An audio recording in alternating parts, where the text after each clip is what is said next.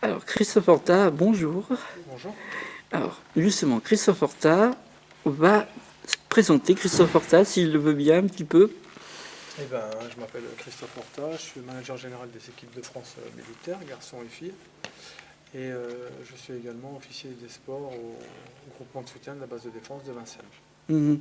Alors, comment on arrive à ce poste déjà? En fait, déjà, comment on arrive à travailler pour l'équipe de France militaire, tout court, en fait, par votre parcours personnel? Avant d'arriver à l'équipe de France militaire, j'ai été le sélectionneur de l'équipe de France armée de terre pendant 6 années. Et ensuite, j'ai postulé au poste de conseiller technique militaire, donc de manager général. Et c'est ma candidature qui a été retenue il y a 4 ans. Voilà. Mhm. Donc vous avez vu aussi évoluer ce groupe, que vous connaissez une finale. Vous aviez aussi un œil sur cette équipe de France militaire avant votre époque en tant que manager général. Je parle de l'équipe féminine parce qu'en fait vous êtes aussi du coup le manager pour l'équipe masculine d'ailleurs. C'est ça, tout à fait. Oui, j'avais un œil sur l'équipe. Je me suis renseigné, j'ai regardé sa progression, le staff qui était en place, les joueuses qui étaient en place, pour pouvoir voir ce qu'on pouvait améliorer sur cette équipe, aussi bien chez les filles que chez les garçons. Hmm. Alors une chose qui est importante que moi j'ai noté au travers de commentaires de personnes et que je pense qu'il est important justement de rectifier, de mieux faire comprendre, c'est on a parlé avec Isabelle Clozel du fait du service en fait qui est proposé à des joueuses, service civil. Est-ce que vous pouvez nous en parler un peu plus en fait sur Donc c'est pas un service civil oui. qui est proposé, c'est un contrat de réserviste. Donc Oui, contrat réserviste, oui. voilà, donc c'est pas un contrat qui dure une semaine ou 10 jours pour faire une compétition. La fille vient et puis s'en va. C'est pas du tout ça. C'est un contrat de réserviste qui est signé sur 1 année ou 2 années déjà, la première chose. Et c'est dans le but aussi d'une insertion professionnelle pour la joueuse. Mhm, Voilà, c'est un double projet. mhm. L'objectif étant que la joueuse puisse rester dans l'institution et que derrière on puisse lui proposer des formations, qu'elle reste chez nous, qu'elle soit soldat et qu'elle participe aux différentes compétitions avec l'équipe de France militaire. Mhm.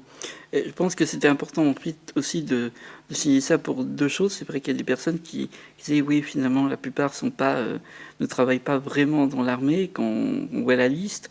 D'autres se rendent pas compte aussi de dire que l'armée, ben, c'est pas que porter une arme, c'est aussi avoir comme arme le ballon et avoir un projet professionnel aussi. Exactement. Voilà. Alors, vous, personnellement, qu'est-ce que vous en retirez depuis 4 ans que vous êtes à ce poste, vraiment, d'un point de vue oui, personnel plus? Écoutez, quand je suis arrivé donc à la tête des équipes de France, donc j'ai proposé la mise en place d'une convention entre la Fédération française de football et le ministère de la Défense, chose qu'on a travaillé pendant 1 an et demi, et une convention qui a été signée au mois de novembre 2014 entre le ministre de la Défense Jean-Yves Le Drian et le président de la Fédération française de football, M. Noël Le Graët. Voilà, donc on travaille en parfaite collaboration avec la fédération, et, euh, et à ce titre, nous travaillons sur différents projets, et notamment aussi l'insertion des joueuses, dans les pôles espoirs féminins. C'est-à-dire que je me déplace dans les pôles espoirs féminins, et je fais une présentation de nos armées à ces joueuses pour éventuellement, pour celles qui n'auraient pas la chance de signer pro dans les gros clubs féminins tels que Paris ou Lyon, peut-être que si elles se découvrent une âme, de venir rentrer avec nous et de s'engager dans l'institution. Mhm. Et cette initiative, elle est venue en fait de qui à la base? De ce projet, de cette signature entre... C'était mon C'était le vôtre? projet en tant que conseiller technique militaire, enfin quand j'ai postulé pour être conseiller technique militaire. Voilà. Mhm. Alors maintenant, on va en venir un peu au fait que bon, on va jouer cette Coupe du Monde. Vous allez jouer parce que c'est vrai que c'est vous qui l'a joué, c'est l'équipe de France et on vous supporte, mais on n'est pas l'équipe de France. Donc vous allez jouer cette Coupe du Monde sur le territoire français. C'est la première fois, c'est officiellement la première vraie Coupe du Monde de football féminin militaire. De la pression pour vous personnellement ou... Non, de la pression, non. De la pression, non. Donc je confirme bien vos propos. C'est bien la première Coupe du Monde militaire féminine qui se déroulera en France. Certes, auparavant, il y a eu, je crois que c'est 10 ou 11 championnats du monde, mais le Conseil international au sport militaire a officialisé cette année que c'était la première Coupe du monde militaire qui allait se dérouler. Donc elle est en France, donc c'est bien la première. Ensuite, la pression, on a toujours la pression parce qu'on est chez nous, mais vu le travail qui a été fait en amont par l'ensemble du staff, en particulier par Elisabeth, il y a une petite pression, oui, comme je dis, parce qu'on est chez nous, mais bon, avec le travail qui est fait, voilà, on espère aller toucher le Graal à la fin de cette compétition. Voilà. Mais la pression n'est pas là. Sinon, là, la pression, ça ne va pas être bon, parce que sinon, on va la transmettre à nos joueuses. Et derrière, ça pourra engendrer de mauvaises performances. Alors justement, vous travaillez avec Elisabeth Loisel, que vous avez connue par le passé aussi. Oui. Comment vous travaillez ensemble justement sur ce projet Coupe du Monde, sur cette équipe de France, vous qui avez été un peu son élève? Exactement. J'ai été son élève, c'est elle qui m'a formé. Donc j'ai été formé à Bonne École. Et on travaille comme une vraie équipe de France. Voilà, on a un staff à 15 personnes. Babette est le sélectionneur. Elle donne ses directives à son staff technique, à son staff médical. On travaille tous ensemble et on travaille de la meilleure des manières. Et dans les liens de chaque jour, c'est plus facile de travailler avec quelqu'un qu'on a connu comme ça, même si les rôles ne sont pas inversés. En fait, chacun a une place différente, tout simplement. Mais c'est plus facile, vous pensez, ou est-ce que... on n'a pas de soucis particuliers, ça se passe très bien. Quand il y a des choses qui vont peut-être des jours un peu moins bien, mais encore, j'essaie de m'en souvenir, mais je ne m'en rappelle pas, tout le monde se parle. Non, il n'y a aucun souci. Ça travaille dans la bonne humeur. Le groupe est complètement unique, que ce soit staff ou joueuse.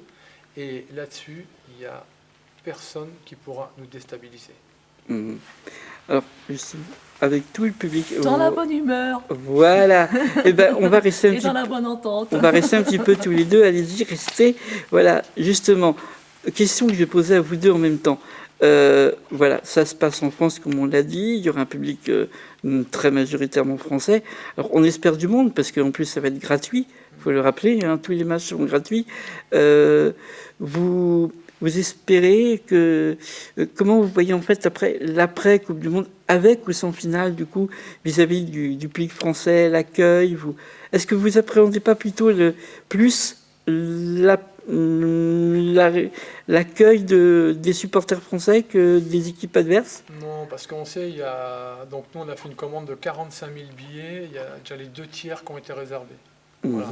On sait que pour la finale à Vannes, le stade va être quasi plein. Il y a une demi-finale à Saint-Brieuc, je crois, où il y a déjà 4 ou 5 000 billets qui sont réservés. Donc il va y avoir du monde dans tous les stades. Voilà. Maintenant, nous, ça ne mettra pas de pression particulière. Et ce qu'on va faire avec le staff, surtout, c'est que cette pression, on va la gérer au mieux auprès des joueuses. Voilà, parce que les joueuses, elles n'ont pas l'habitude de jouer dans des stades pleins.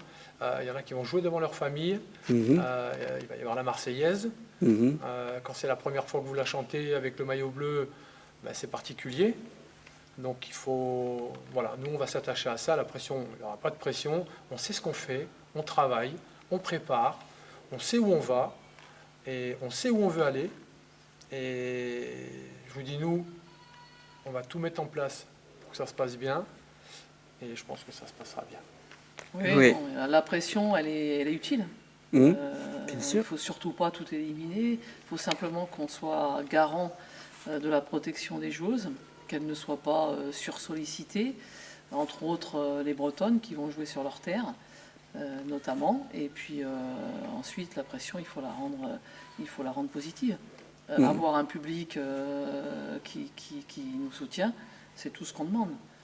Ça doit au contraire motiver, transcender les joueuses et leur donner un plus, et on le sait. Un public, c'est un 12e homme. Hein. Alors là, cette fois, ce ne sera pas un 12e homme. Ce sera une 12e femme. Voilà, tout à fait. Alors, justement, la dernière question traditionnelle, je vais la modifier un peu et je vais vous poser la question. Là, donc, vous êtes ensemble sur le terrain après le coup de sifflet final, l'équipe de France a remporté le trophée, le titre. Qu'est-ce que vous dites mutuellement l'un l'autre? Qu'est-ce que la première chose que vous pensez que vous allez échanger comme parole mutuellement? Bon, je crois qu'il n'y aura pas de parole. Il n'y aura pas de parole. Ça se vit intérieurement. Ce sera... Et après on va le partager. Mais on va le partager plus dans l'attitude, dans les émotions, dans les gestes. Les paroles, ce sera ensuite. Et s'il y a des paroles. S'il y a des paroles. s'il y a l'autre. Le regard sera là au moins. C'est que les yeux Je parlent pense qu'on beaucoup. va se sauter dans les bras. Hein. Voilà, après. Mais on n'en est pas là, je vous l'ai dit tout à l'heure. Chaque Oui, chose en son temps. Step by step, match by match. Voilà. Et puis le premier, c'est le 26. Et oui, voilà. Après, on verra. Très bien. Bon, ben, je vous remercie en tout cas pour... moi, j'en profite sur l'espace de cette interview pour vous remercier de l'accueil que vous m'avez accordé, de ce privilège que j'ai eu de pouvoir être ici au Centre national de sport de la Défense, à Fontainebleau, et puis d'avoir eu accès à l'entraînement, et puis à ce dojo aussi, puis avoir eu la chance de parler avec vous. Voilà. Et puis en plus, vous venez dans ma région, donc... On se reverra. Voilà, ah bah c'est clair. Vous êtes le bienvenu. Voilà, merci à vous. Il n'y a pas de souci, merci.